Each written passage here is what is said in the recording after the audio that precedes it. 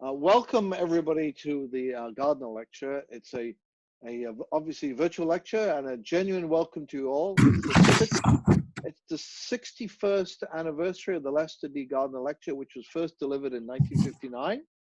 And of course, it's the first and inaugural virtual lecture, which shows we're living in extraordinary times. Certainly, Grover Learning, who was the first Gardner lecture, would never have fathomed doing this virtually. But he was, after all, an aeronautical engineer, and we know the visionaries. So we're getting some interference in the background there. I don't know where that's coming from. Before we get started, there's a few housekeeping items that I want to let you know. First thing is we're recording this meeting, and we'll follow you via email to share a link of this recording. And we're going to in just a moment begin the presentation, and we encourage you to ask questions for the presentation, and you can do it by putting up your hand, your virtual hand, and I'll see that, or during the designated Q&A session at the end of the presentation. So there's both a Q&A thing on your Zoom, and you can also put up your hand. So you're all in view only mode. So as I said, raise your hand. Your blue hand, not your actual hand, because I can't see your actual hand, and we'll call on you and unmute your microphone. We will make submitted questions live to all attendees as we read and answer them. If we get to the end of a time your question hasn't been answered, please submit them, and we'll do our best to follow up with you in the coming weeks, so with an answer. So let me also thank Sarah Cody, Joyce Light, and Kathy Manuel, who've helped set this up. This literally would not be possible without them. Now, in addition to making history with today's Gardner Lecture, we're also marking history. The Gardner Lecture was made possible by the request of the late Major Lester D. Gardner, a member of the MIT class of 1898, to sponsor annual presentations on aeronautical history. Over the years, we've been honored by luminaries such as Igor Sikorsky, Jimmy Doolittle, Yvonne Brill, Neil Armstrong, to name just a few.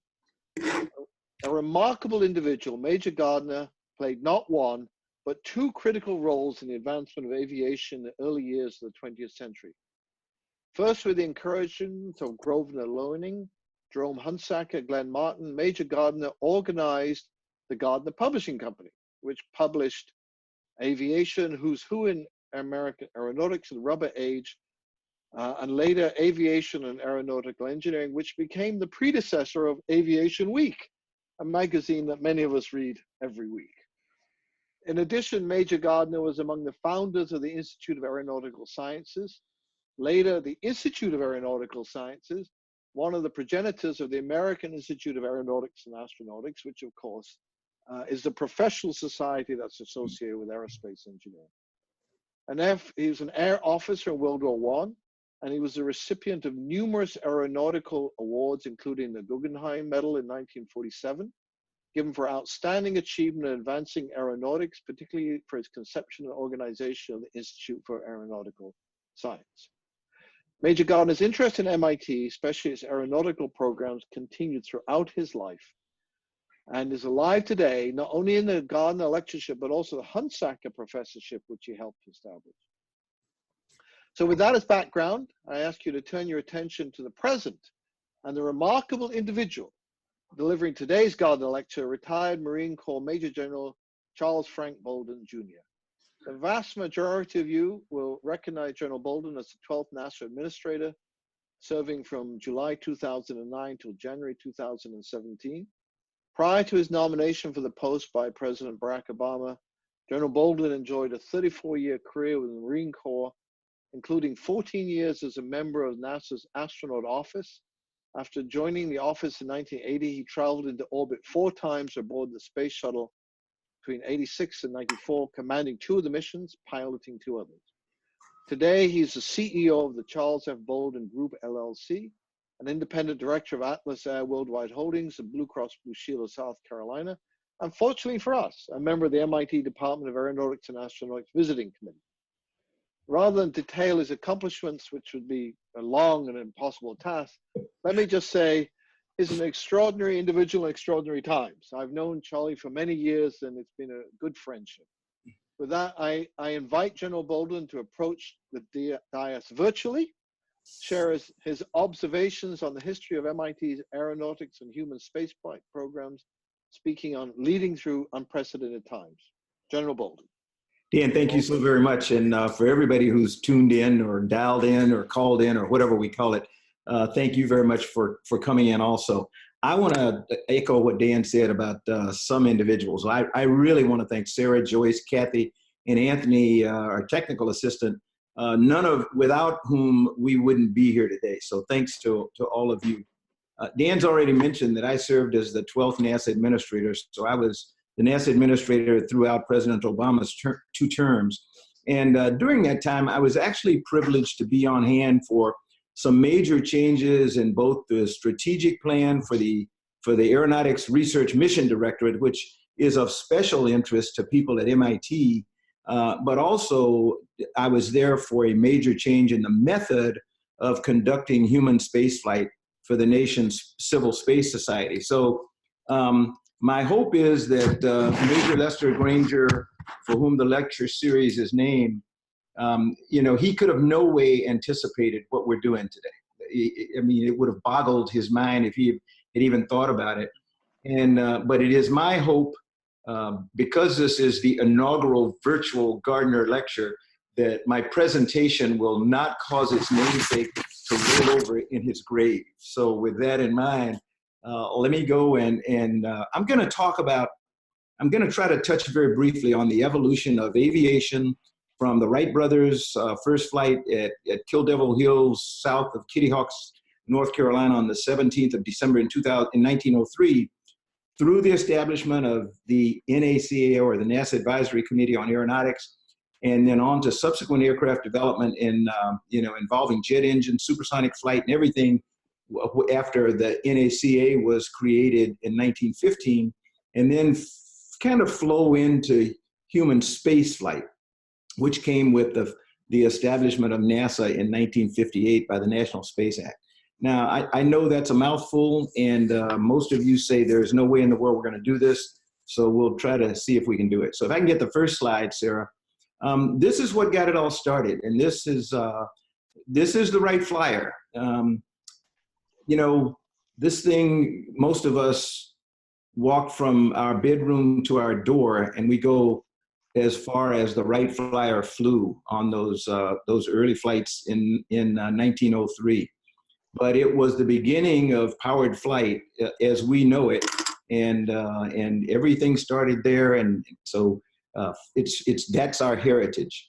A lot of what I'm going to say, I'm not going to mention MIT by name, but if you go through the history of aeronautics and space, there is a name of an institution that comes up almost every time and every page, and it is MIT. So it goes without saying that what we're talking about today is also about the legacy of MIT and its work in aeronautics and astronautics. As I mentioned, the old NACA was established in 1915, and interestingly, it was snuck in, if you will, as a part of the Naval Appropriations Act of 1915, and it was put in by then Assistant Secretary of the Navy Franklin Delano Roosevelt, and it came about sort of in the midst of World War I, because after the Wright brothers were unable to get anybody in the U.S. interested in buying airplanes or picking up airplanes, the Europeans ran away with it. And so NACA was established in an effort for the U.S. government to catch up with Europe's rapid technological advancements in aviation. And then as it progressed during World War II, NACA was described by some people as the force behind our air supremacy. And it was primarily due to its ability to adapt to geopolitical and military challenges coming from the Germans and the Japanese. We had established, and I'll give you their present day names, the four centers of excellence, if you will, or the four places of operation for the old NACA were Langley, what is now Langley Research Center, what is now Ames Research Center out in Mountain View, California, what used to be Dryden Flight Research Center and is now the Armstrong Research Center, and then Lewis, that is now the Glenn Research Center in Cleveland, Ohio. when Orville Wright was put on the NACA in 1920 by President Wilson, they decided to take on a new and ambitious mission, and that was to promote military and civilian aviation through applied research that looked beyond their current needs. So they started out with 100 employees. By 1938, they had 426. And the big thing that they did, which I love, and we tried to do at NASA just before I left my tenure as the administrator, was we actually authorized bootleg research. So it was research in areas that people may not have been thinking were of importance. And it was through the bootleg research that we got a string of fundamental breakthroughs, like thin airfoil theory in the 20s, NACA engine cowls in the 30s, the NACA airfoil series in the 40s, and the aerial rule for supersonic aircraft in the 1950s. So next slide. The aircraft on the left, I think most of you recognize it. I don't think it's hanging in the Smithsonian right now doing its renovation, but it will return there. But it's the Bell X-1. That was the aircraft in which Chuck Yeager broke the speed of sound, exceeded the sound barrier the very first time. And then down on the bottom right is the X-15. This shows us the transition between the NACA and NASA, because the X-15 actually was among NASA's first airplanes in aeronautics. NASA came into being in 1958 when the Congress became alarmed by the perceived threat to national security and technological leadership, something that became known as the Sputnik crisis. And they urged immediate and swift action, and President Eisenhower and his advisors wanted even more, deliberate measures. So January 12th, 1958, NACA organized a special committee on space technology that was headed by Guy Stieford, and that brought us what was later called the NASA Research Program for Space Technology that morphed into NASA under the National Space Act. So Sputnik, go to the next one, if you will, Sarah. I take that back. This was one of NASA's first, or among NASA's leading airplanes research. It's the X-29. It became the first forward-swept airplane to actually fly, to exceed Mach 1 in level flight. And a lot of our work with the X-29 brought about an understanding of composite materials in aircraft, forward-swept wing, and thin supercritical airfoils, and a lot of other things. So the next one, if you will. Now we get into some of the other research that NASA began to do, which was, when I talked about stuff that was out of the box, they began to kind of experiment with DARPA and with Bell Helicopter on rotary wing or what we call tilt rotor technology. And that brought us the XV-15 up in the top left, which was sort of the father, if you will, of the MV-22, the Venerable Osprey, which now is a staple of marine aviation and about to become the Navy's carrier onboard delivery, or COD, aircraft. And down in the bottom right, the Augusta-Westland 609, which is one of a number of different commercial tilt rotor aircraft. So this kind of shows you how NASA, in keeping with the legacy of NACA, while turning to thoughts of space flight, did continue their work in aeronautics in tilt rotor aircraft. Next one, Sarah. Here we'll take you through a series of conceptual drawings of X-planes that came about with NASA's 2014 change in the strategic plan for the Aeronautics Research Mission Directorate. The ones that I want to focus on are the top one and the bottom one, if you will, because they're actually aircraft under construction right now. The top one is the X-59 Quest, or Quiet Supersonic Transport. It's a prototype for that NASA's working with Lockheed right now. There's another company called Boom that's building both a prototype and planning to build a commercial, or a business type jet. but all intended to fly at supersonic speeds overland with a low supersonic boom. And the bottom one, Maxwell X-57, is an all-electric airplane, sort of leading the way, working with industry to see if we can't, in trying to take care of the environment, move to non-petroleum-based aircraft or propulsion that's based on electricity, something that has kind of stumped us through the years. Next one, Sarah. So now, we've talked about NACA, and we talked about this thing on the horizon called NASA, and I mentioned Sputnik. Just wanted to show you, this is the culprit.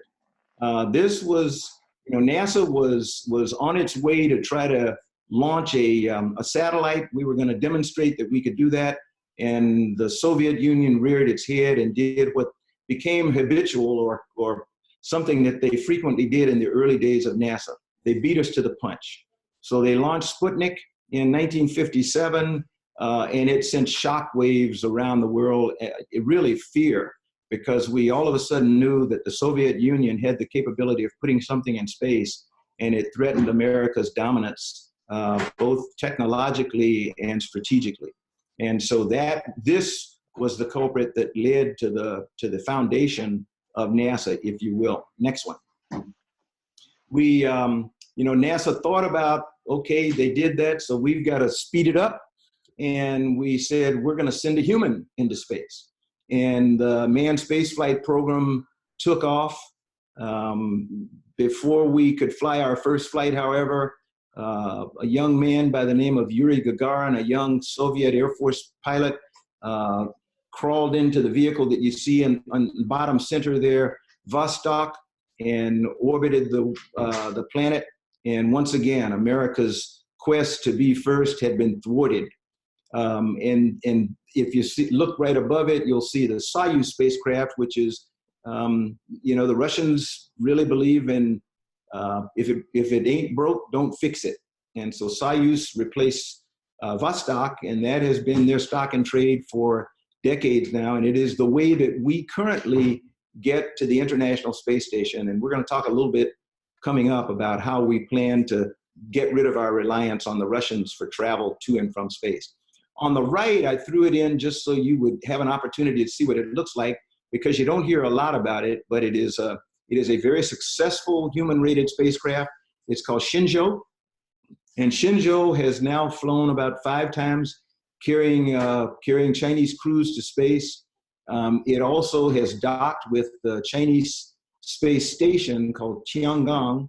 Tiangong 1 and 2 have been flown, and the Chinese envision having an operating space station here in this decade. A difference between the Chinese space station, however, presently, and what we call the International Space Station is the Chinese generally tend to want to operate human-tended, which means the station orbits Earth and humans come and do experiments whenever it's needed, but they're not there all the time. So if you can go to the next one, Sarah.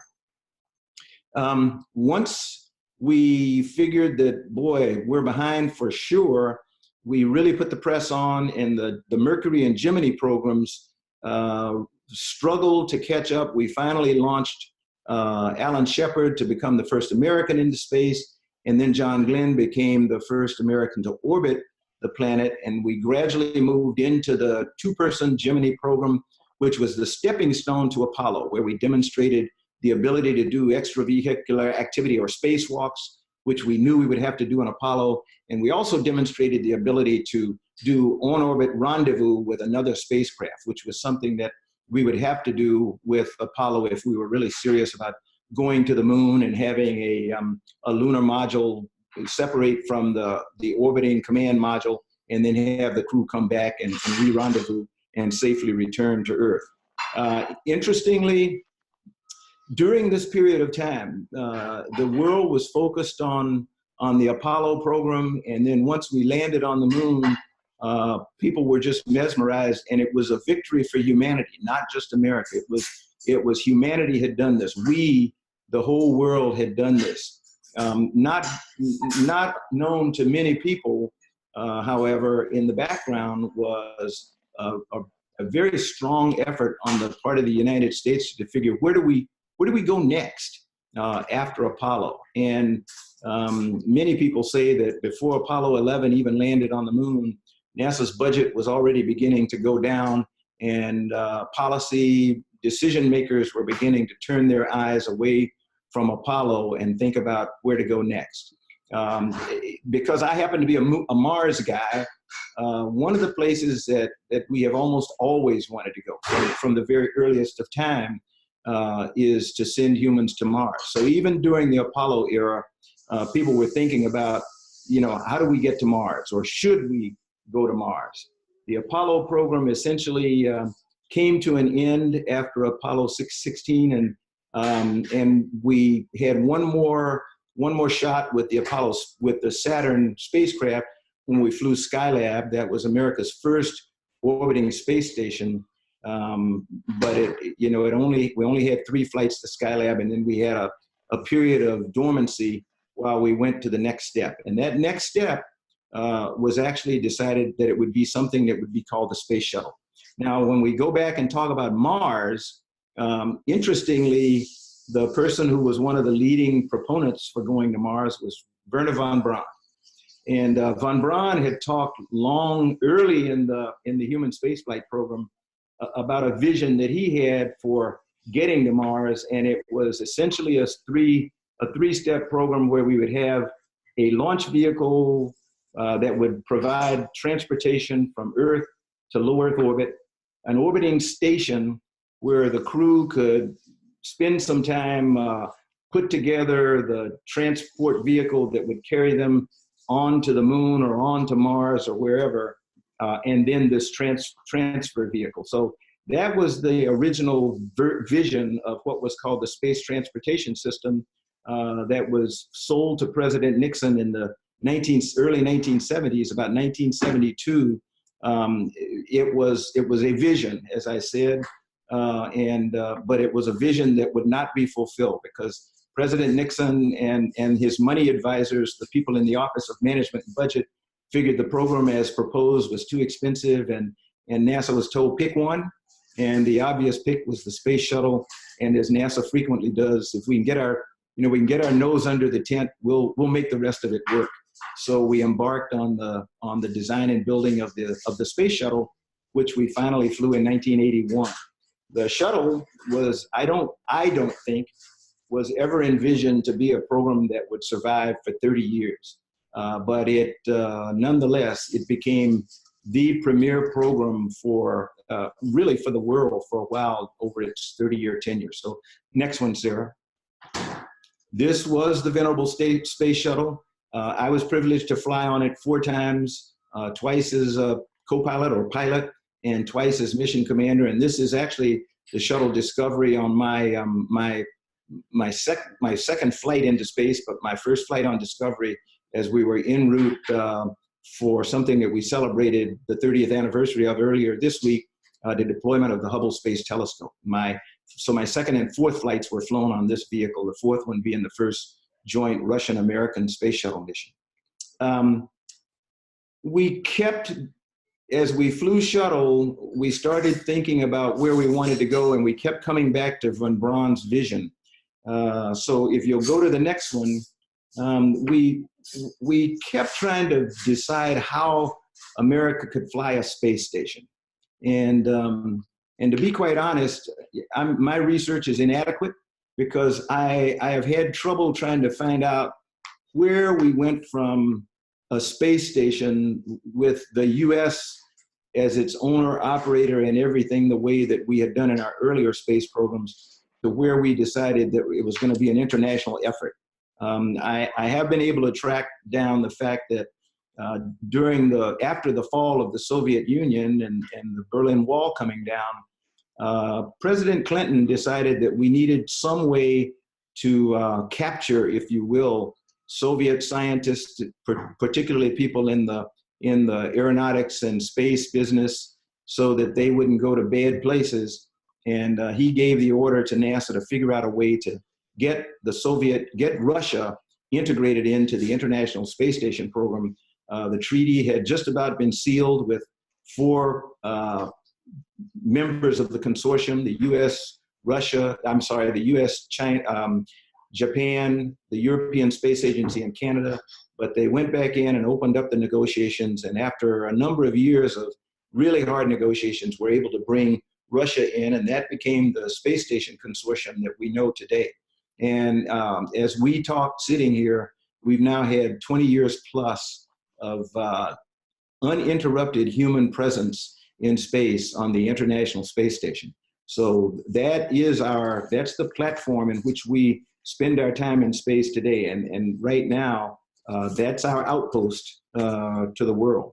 So when the Obama, well, actually, if I go back, beginning in a couple of, no, I'm sorry, Sarah, I didn't mean go back on the slide, but I said if I go back in time, actually prior to the Obama administration, going back to the Bush and Reagan administrations, and you can even go back farther than that, we kept having these visions for space exploration, or the name kept changing, but it was always we're going back to the moon and then we're going on to Mars in one way, shape, form, or fashion. But when the Bush administration, Bush 43, decided that, okay, we really are going to do this. And that administration began to put money on the table to try to get commercial companies to contract with NASA to provide transportation for cargo and then subsequently for crew to space. So next one, if you will, Sarah. So now we're getting into what we call public-private partnerships. And the first two to come in were Cygnus. This was originally designed and built by, well, actually proposed by a company called Orbital Sciences, then became Orbital ATK, and then bought out by a big aerospace company in Northrop Grumman. The vehicle itself, the cargo module, is built by the Italians, and it goes to space on a rocket built by the Ukrainians that's powered by Russian rocket engines. The next one, which is the SpaceX Dragon, everybody knows that. So these became our first two commercially available cargo vehicles to carry things to space. Next one I'll show you is the Russian Soyuz. Its main cargo vehicle, however, is the Russian, the Progress vehicle, but you can carry small amounts of cargo in Soyuz. And then finally, an example of another international partner, this is the JAXA, the Japanese HTV. We also have a European cargo vehicle called ATV. And then finally, I'm going to show you what is about to come, and this is called the Dream Chaser. A company called Sierra Nevada from Colorado kind of traveled back to Langley Research Center and saw something on the shelf called the HL-10, a miniature version of the shuttle, and they kind of took that, adapted it, and now it is what we call the Dream Chaser. The Dream Chaser will first fly as a cargo vehicle for NASA, hopefully next year, but it also has a crewed variant that will be able to carry up to 7 crew members. And as a pilot, this happens to be, I can now say, since I'm no longer the NASA administrator, this is one of my favorites because I really like, I think we should have the nation should have a capability to go in and return to space to a runway. We've been fortunate since we retired the shuttle back in 2011 that we didn't have a need to make an emergency return to Earth with a crew member, but that day will come, and it will be nice to have a vehicle that can come back to a runway where we can have an ambulance waiting right there to take our crew, because it doesn't do us any good to be able to get back to Earth in about 2 hours after an emergency arises, only to float around in the ocean or some other place. So I'm kind of partial to a winged vehicle, but that's my own partiality. Next one, if you will. And it took a while. This is, the title of my talk, as you know, is Leading Through Unprecedented Times. And so let me talk a little bit about leadership. And you saw it exhibited back in the early days of the NACA, when Congress and the president realized that we had kind of fallen behind in the area of aircraft and aviation, and we had allowed the Europeans to take the lead. And we found ourselves embarked in World War II, and we really needed to catch up.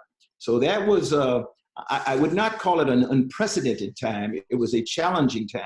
But the leadership of the nation decided to form an organization, NACA, which had incredible advances and achievements in getting us back into the aeronautics game.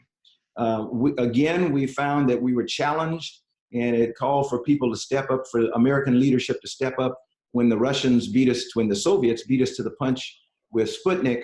And we made the decision then that we were going to enter the realm of human space flight, and we were able to make some critical decisions, not the least of which was the decision by President Kennedy that we were going to send back then a man to the moon and bring him safely back to Earth.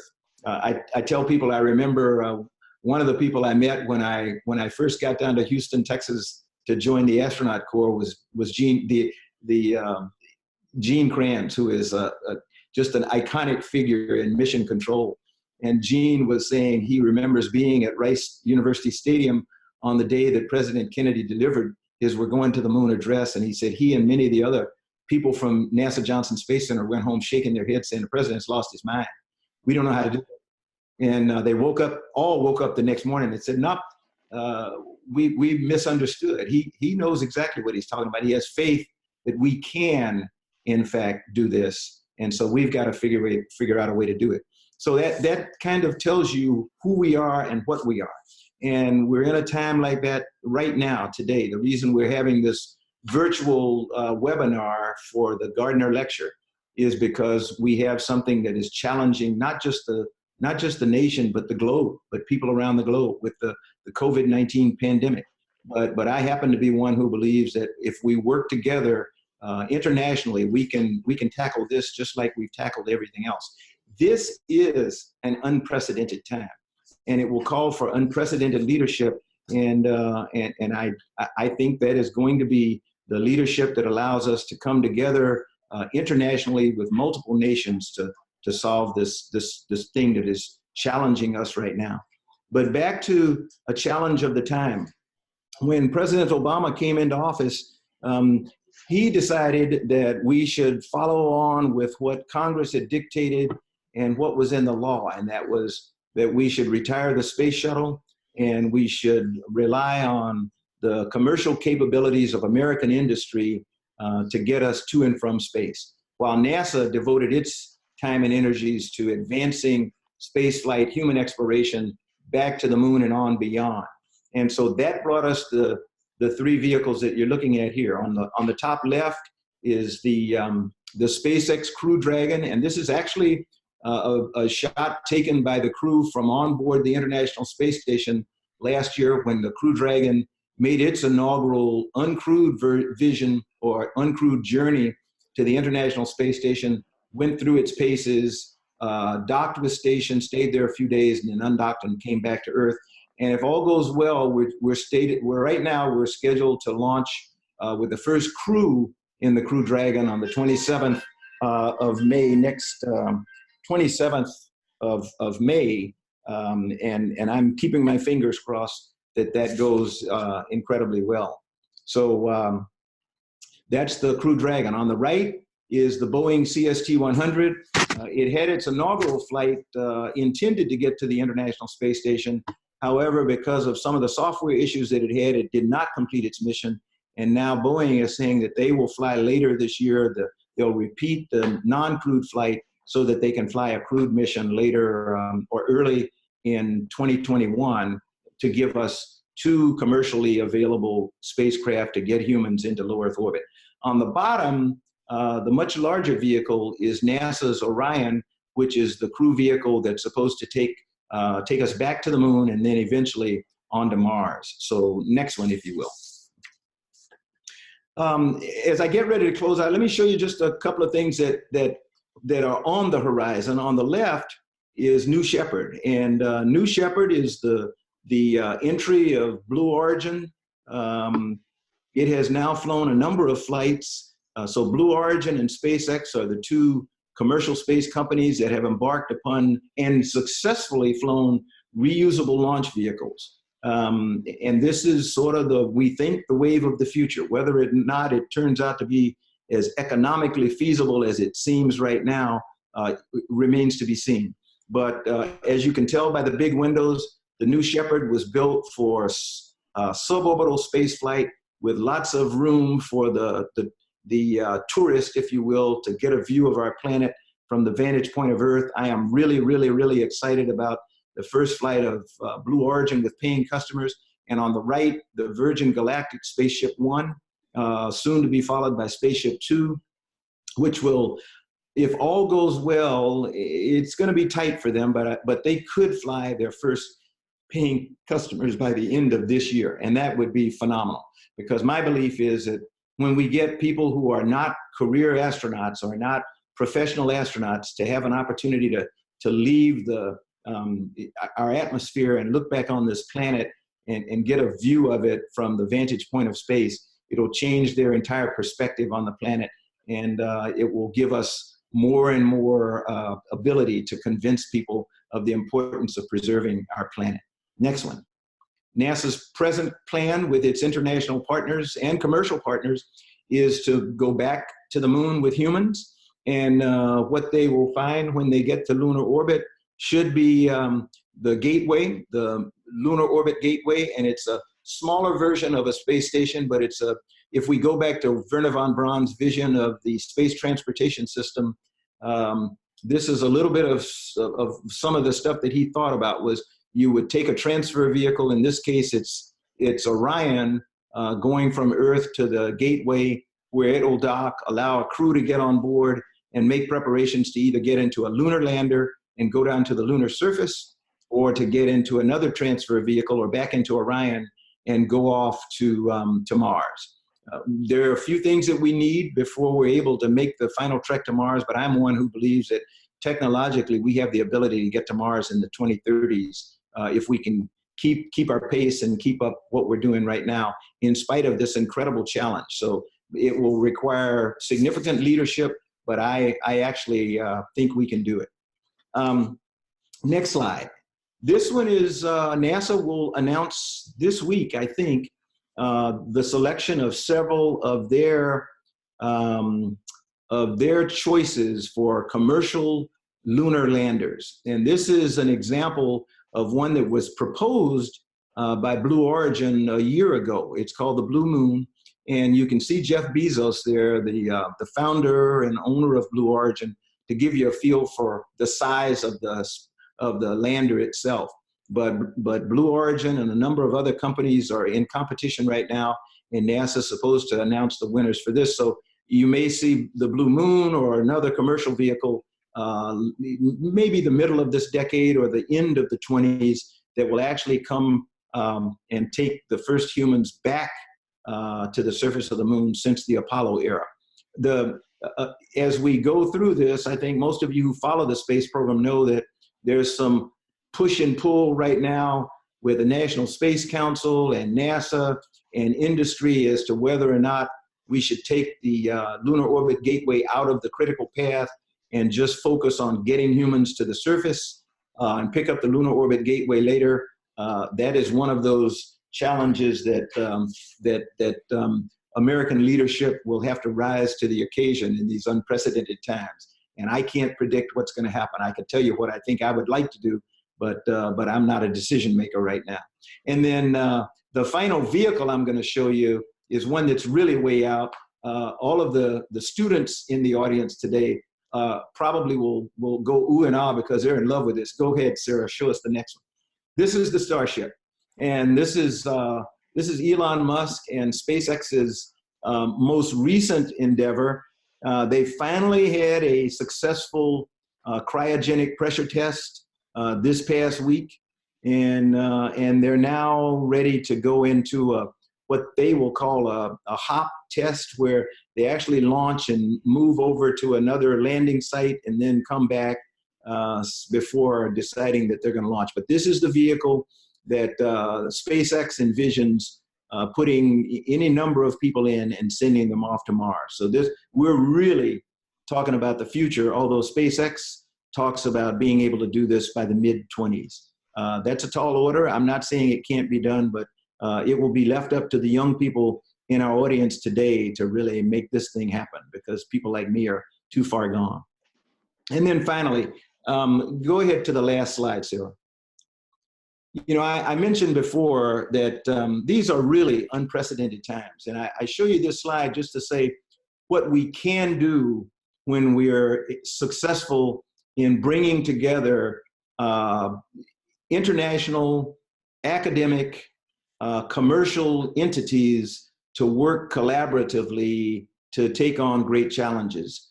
This was a great day for me as the NASA administrator, because this was a day that I re-signed an agreement with the U.S. Agency for International Development and its administrator at the time, Dr. Raj Shah, to seal the partnership between NASA and the U.S. Agency for International Development to work together to try to solve some of the problems here on Earth, to enable people to get clean drinking water or to get food supplies or to do things like that. And so NASA and USAID have a program called Severe. It's headquartered in 4 different places around the world today, but it's things like Severe and like the collaboration between SpaceX and Boeing and Northrop Grumman and Blue Origin that I think are going to make it possible for us to accomplish some of these great visions and goals that we have in these unprecedented times. So I'm calling on American leadership to join with others around the world, because we can, in fact, tackle the challenges that are before us, but it's going to take international collaboration and partnerships among universities around the world, as well as commercial entities. So with that, I think I'll turn it back over to you, Dr. Hastings, and we'll see if we can't answer some questions. So thank you very much, Charlie. So for a great talk that gave us the history both of aeronautics and astronautics. So we have the first question. Do you think we are capable of transitioning between administrations without a major change in the direction of the human space program? What will it take to maintain momentum through the next transition? I absolutely think we can do that. In fact, I try to say this quietly because I don't want to get anybody to change their minds. But there has been very little change at all between the Obama administration and the Trump administration when it comes to human spaceflight and the goals thereof. If you look at the goal of getting to Mars in the Obama administration, we said all along that the decade of the 20s was going to be the decade of lunar exploration and spending time in lunar orbit, because we knew then that there were technological challenges that we needed to solve.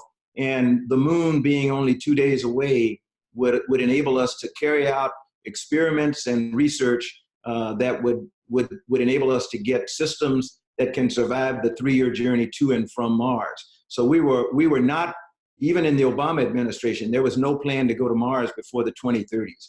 And then we would move on to the 2030s to cap off by then, 60 years of robotic exploration of Mars.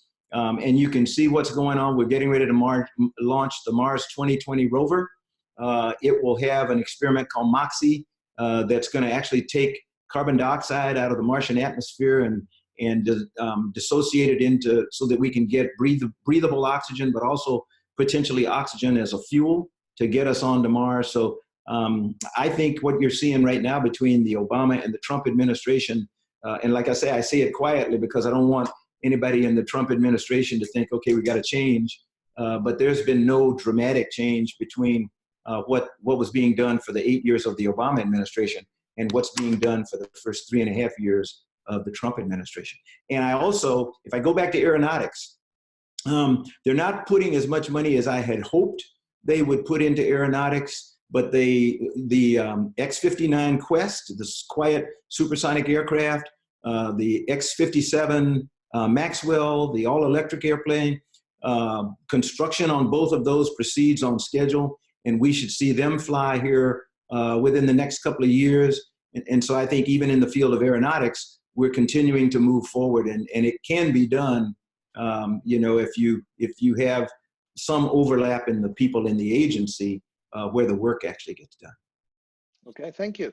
So let me just remind the audience that you can use the raise hand thing, not your physical hands, I can't see you, but the virtual hand, and we can call on you and unmute your microphone. Alternatively, you can submit questions by the Q&A button.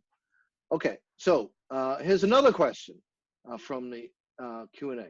How do you propose that we facilitate international collaboration over the space sector in today's world after the COVID-19 crisis? What can we do individually as scientists and engineers to promote this vision? I think what we're finding right now, and I think the COVID-19 crisis is giving us a perfect opportunity to strengthen the relationships that we have established. NASA today has more than 800 active international agreements with more than 120 countries.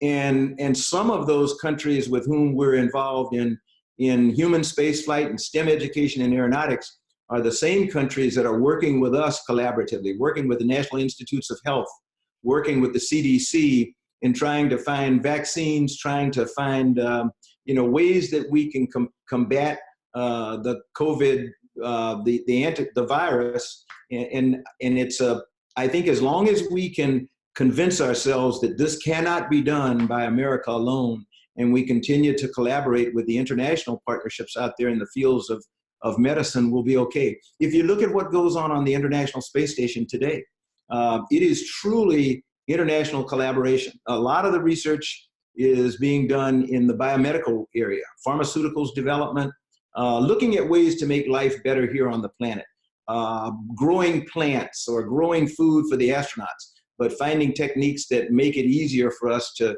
grow things back here on the planet.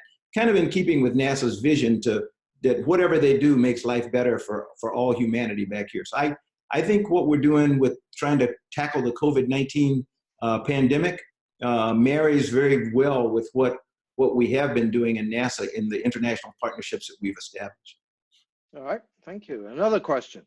How do we reconcile the enormous carbon footprint of space exploration with the need to reduce and eliminate emissions here on Earth?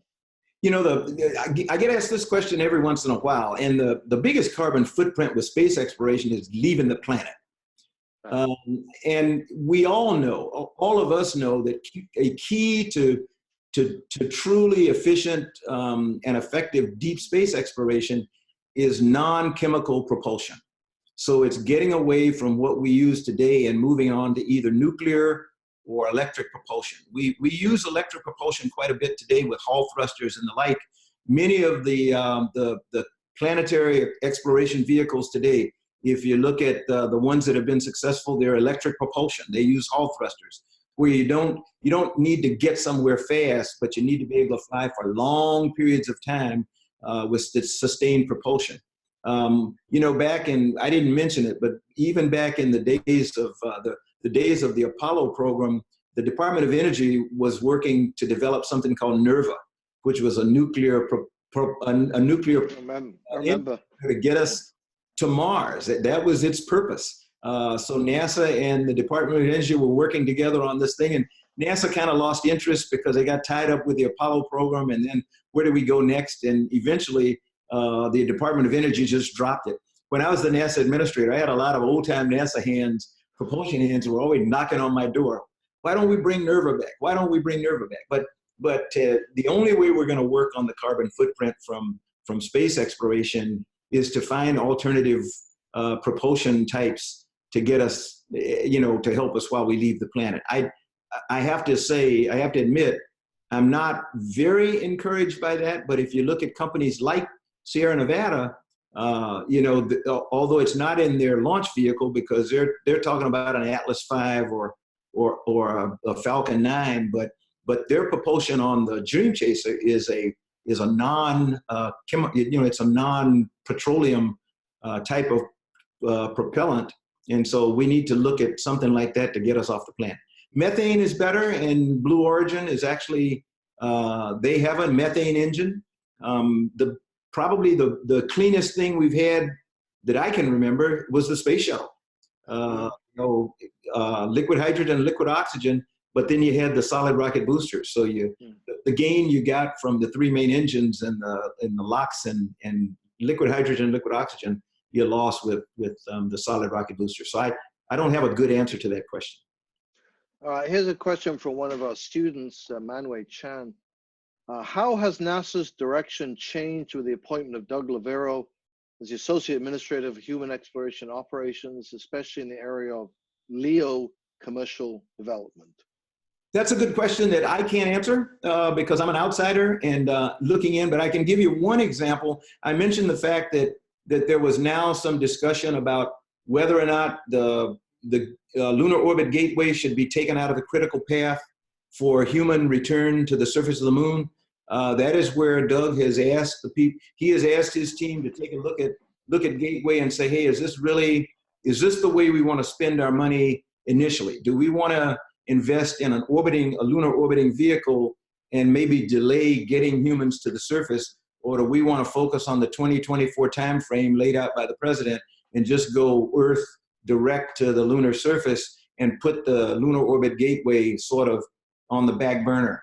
I will be honest with you, I don't know yet what the full term effect will be, but time will tell.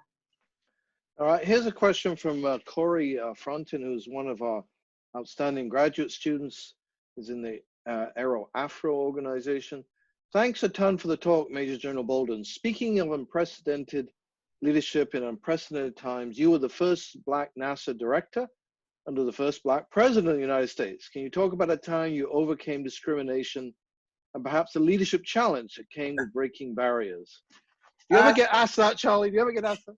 Yeah, you know, I'm asked this question all the time, and I think because and Dr. Hastings, you know me, I am the eternal optimist. Yes. And I don't ever look back, and this is maybe bad because it won't allow me to answer the question completely, but I am not one who looks back at I wish things had been, or I wish it had been.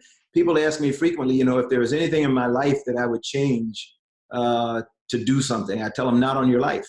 I love where I am, and I love having my 3 beautiful granddaughters, and I would not run the risk of changing any of that by going back to try to change anything.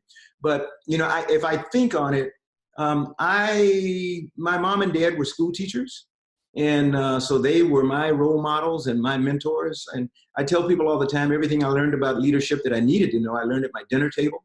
My dad was my high school football coach. And he taught me, he had a saying, it's not the size of the dog in the fight, but the size of the fight in the dog. I was always a little kid with a Napoleon complex, but he told me anything you want to do, you can do if you decide, you know, that you want to study and work hard. My mother was my middle school librarian, and she drove me as my librarian. I was a library assistant, so I worked for her. And my uncle, her oldest brother, ran the swimming pool where I grew up. So we had the Drew Park Sharks. So everywhere I turned, my family was pushing me to excel and exceed. And they didn't give me an opportunity to stop and think that I was Black and that there was something I could not do. They said, you can do anything. Now, of course, getting into the Naval Academy was probably the first time that I actually thought there was something I was not going to be able to do because of my race, because I couldn't get an appointment from either Senator Strom Thurmond or Senator Olin D. Johnston, who were my 2 senators at the time, or from Albert Watson, my congressional representative. But again, keeping with what my mom and dad taught me, I wrote to the President of the United States, and who was Lyndon Johnson at the time, because I had counted on him giving me a vice presidential appointment. But President Kennedy was assassinated my senior year in high school, and my dreams of going to the Naval Academy kind of went out the window with that. But not to be deterred, I wrote a letter to the president anyway and said, hey, I know I'm not eligible for a presidential appointment, Mr. President, but you know, I've written you for several years now, and you told me to write you back when I'm a senior. I said, this is Charles Bolden. I'm a senior, and I still want to go to the Naval Academy. I need help. Never heard from him, but I had a Navy recruiter come to my house, and then a federal judge that President Johnson sent around the country looking for qualified young Black men who wanted to go to the service academies, and I ended up getting an appointment from Congressman William Dawson of Chicago, Illinois. So my message to kids out there would be, don't waste your time. And some of the young ladies in Dr. Newman's class yesterday, or everybody in Dr. Newman's class yesterday, heard me say this, and I've told Dr. Newman the same thing. Don't waste your time trying to explain to somebody why you're in the room or trying to justify your being there. You are good or you wouldn't be there. So just perform, just do what you know how to do. And you know, your performance will eventually win them over, or they're idiots. And you can't do anything to change idiots. So that's what my mom and dad taught me. And that's kind of, I've overcome, you know, discrimination and stuff. So final question.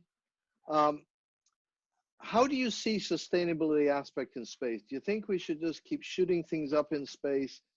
And shouldn't we also think about how to clean them up? Ooh, without a doubt.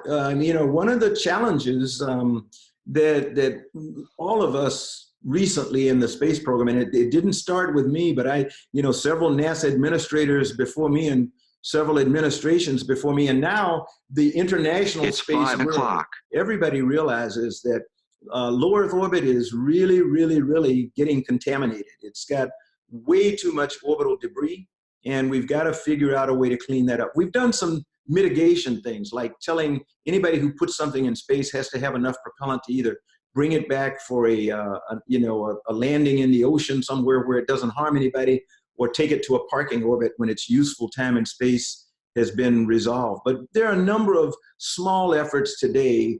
Unfortunately, no nation is undertaking it as a major effort. They're talking about it in the United Nations, but we've got to figure out a way to do debris removal and not just debris mitigation. So challenge that needs some sterling leadership in an unprecedented time. Well, we actually do have some students who are thinking about that, you know, in the department. They can do it. They can do it. All right, look, it's 5 o'clock. We've got to bring this to an end. We have a ton of questions. So we will try to get these questions actually answered, but we just can't do it anymore on this. So thank you all. Thank you very, very much for a great Lester Gardner lecture. You've given us both history and insightful motivation. So thank you very much. Thank you for letting me be a part of it. It was, I'll give you a clap. Nervous, but it worked. There we are. All right. Okay. Thank you. All right, bye-bye. We're going to capture the questions and then see if we can get answers out to them, right? Right, Sarah? Is what we're going to do. And Anthony. Okay. All right. Thanks very much. You all be safe and healthy. Thanks so much. Yes. Right. Bye-bye. Bye-bye.